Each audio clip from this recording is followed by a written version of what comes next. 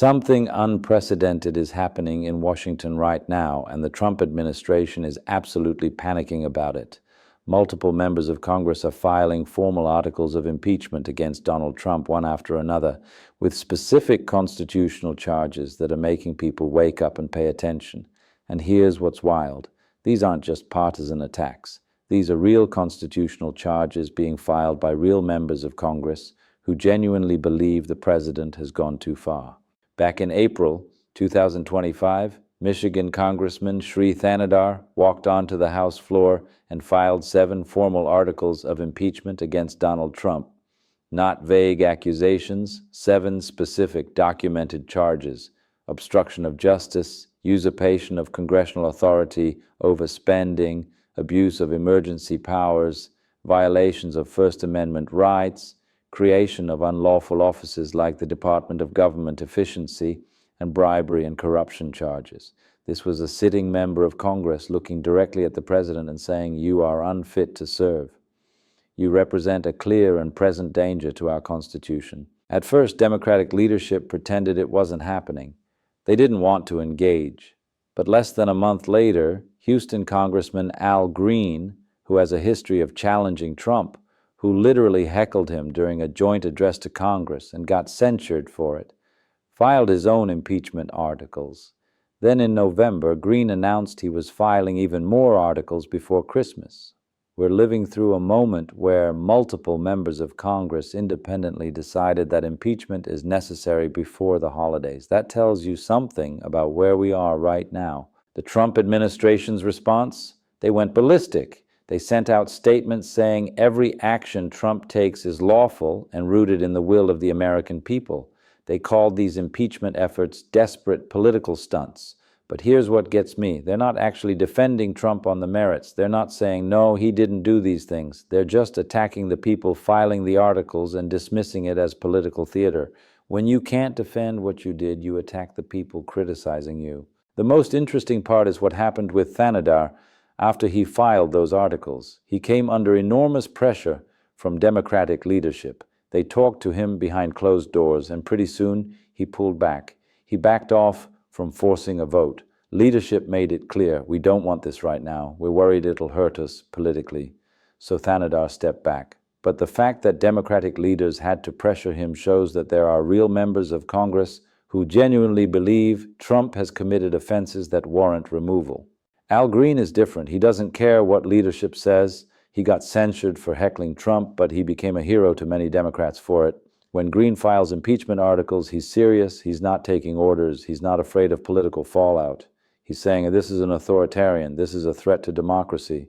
We need to act. And more than 500,000 Americans signed a petition calling for impeachment, 500,000 people agreeing with Green. The charges aren't frivolous. They connect to actual constitutional crises. The abuse of trade powers charge, that's about emergency tariffs already challenged in court, where judges said Trump overstepped his authority. The usurpation of congressional authority charge, that's about Trump redirecting money Congress appropriated without asking permission. The abuse of emergency powers, that's about Trump using emergency declarations to bypass normal procedures. These aren't made-up charges. They're connected to things that actually happened. Then there are Green's newer charges about military action. In June, Trump announced attacks on Iranian nuclear sites, Fordo, Natanz, and Isfahan, without congressional authorization, without properly briefing leadership. He just announced it on Truth Social, and military strikes happened. The Constitution is clear. Only Congress can declare war. The president is commander-in-chief, but he doesn't get to unilaterally launch military operations without approval. Green calls this an abuse of power facilitating authoritarianism, and he's got a point. What's gotten lost is that these articles explicitly use the word authoritarianism. That's not politics as usual. That's members of Congress formally charging that the president is moving the country toward autocratic rule. They're saying he's consolidating power dangerously, attacking the judiciary, defying court orders, trying to make himself above the law. Whether you agree or not, that's what these formal charges say. That's the record. Now, is impeachment going anywhere? Probably not. Republicans control both chambers. You need a majority to impeach and two-thirds of the Senate to convict. With Republicans in charge, that's not happening. Trump's base won't abandon him. Most Republican senators will stick with him. From a practical standpoint, these efforts are probably dead on arrival. But that doesn't mean they don't matter. They create a formal record. They force the question, what are the limits of presidential power? When do we say enough is enough? Enough is... Here's what's fascinating: how defensive Trump's people get. If they were confident in their legal position, they'd just say, whatever, it's not passing. But instead, they're aggressive, angry, attacking the people filing articles. They're using words like witch hunt and political theater. But 50% of Americans have heard about these impeachment efforts. Real people are hearing about it, thinking about it, forming opinions. That's real power, even if impeachment never passes. There's a split within the Democratic Party. Progressives say, we've got to do this. It's constitutional duty. We can't sit idle while a president dismantles democracy. Moderates say, this is a political trap. It won't work. It'll backfire. We need to focus on elections. That's a genuine strategic disagreement playing out in real time, with people like Thandar backing off and Green doubling down.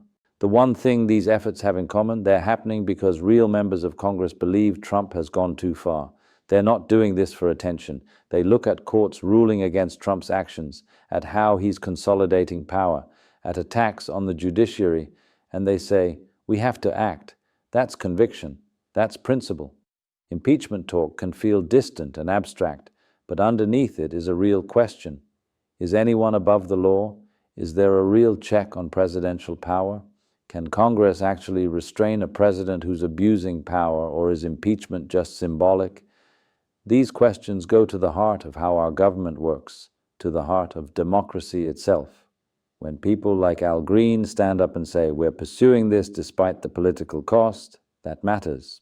The bribery and corruption articles allege Trump used his office for personal enrichment, accepting benefits that violate constitutional prohibitions on emoluments. The founders worried about presidents being corrupted by foreign or domestic interests.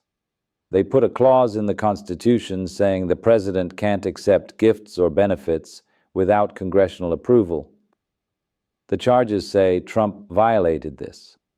Taken together, these articles paint a picture of a president who sees government rules as obstacles to overcome rather than constraints to respect. A president consolidating power, taking authority from Congress, attacking critics, and allegedly enriching himself. These charges aren't vague. They're constitutional violations, specific actions allegedly violating specific parts of the Constitution. They're documented, cited. Courts have ruled on some.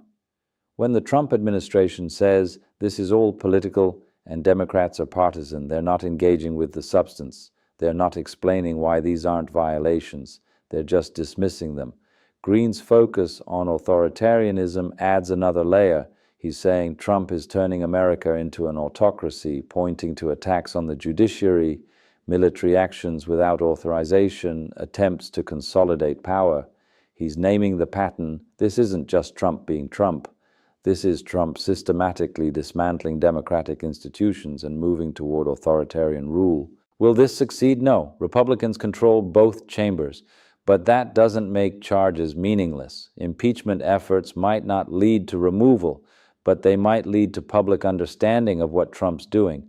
They might shift opinion, create political pressure, prepare ground for something bigger if circumstances change, inspire people to vote differently in 2026.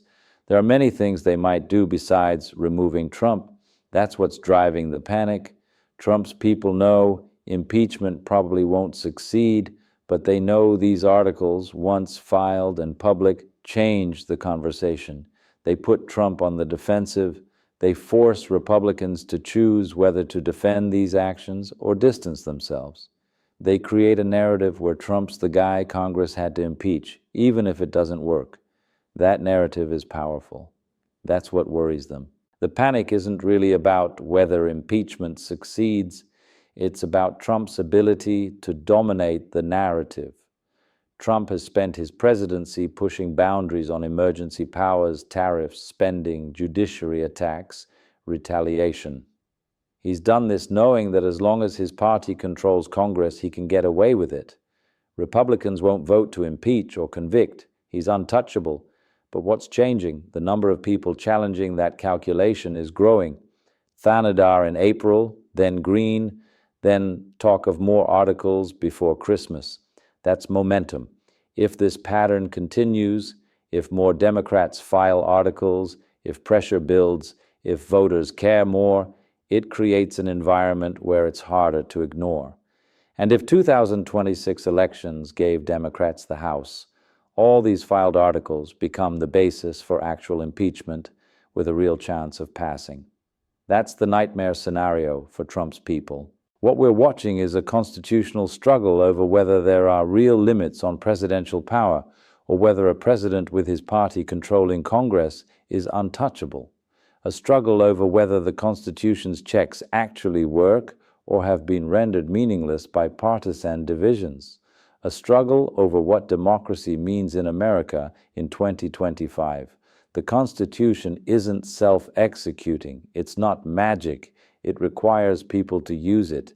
It requires Congress to exercise its power. It requires citizens to care enough to demand their representatives use that power. When people stop using it, the Constitution becomes just paper. But when people do use it, when they demand action, it becomes real and powerful. That's what's happening now. People demanding Congress use its impeachment power. People demanding the Constitution be respected. People refusing to accept that one person can consolidate all power. That's democracy. That's how it's supposed to work. The fact that people are filing impeachment articles even knowing they probably won't succeed, the fact that people are going on record saying the president is unfit, that matters. That's the system trying to correct itself.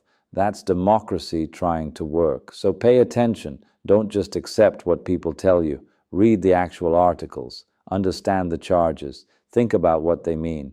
Think about what kind of democracy you want. Think about whether there should be limits on presidential power. These aren't abstract questions. They're real questions being fought out in Congress right now. And your attention, your understanding, that matters. That's what changes things. That's what makes democracy work.